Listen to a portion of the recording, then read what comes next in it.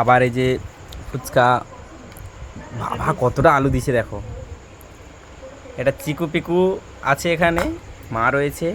ওরে ভাই এটা আমার।